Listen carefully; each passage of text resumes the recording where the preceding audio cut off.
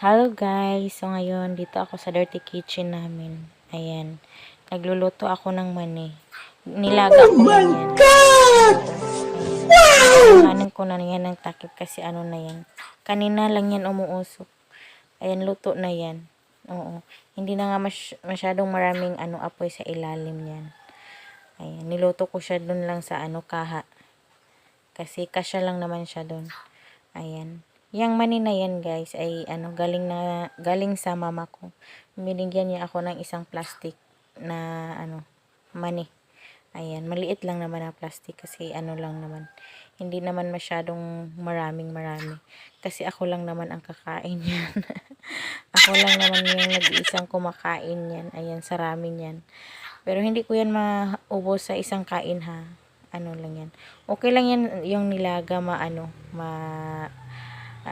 maabutan ng ilang araw, mga dalawa, okay lang yun. Hindi yan kaya nilaga ko yan. Kasi nag-try ako gumawa ng salted. Pero yung resulta, pago.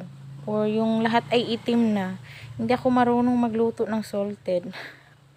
Ay, naku, kawawa naman yung salted ko. Puro na itim yung mani. Kasi nag-try ako gumawa ng salted.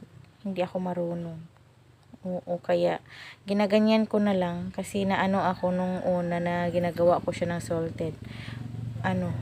Hindi perfect. Oo, kaya ayan.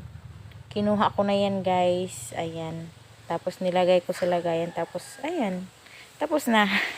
Kakain na tayo. Ayan. Yun lang yung video ko guys. Thank you for watching. Bye-bye.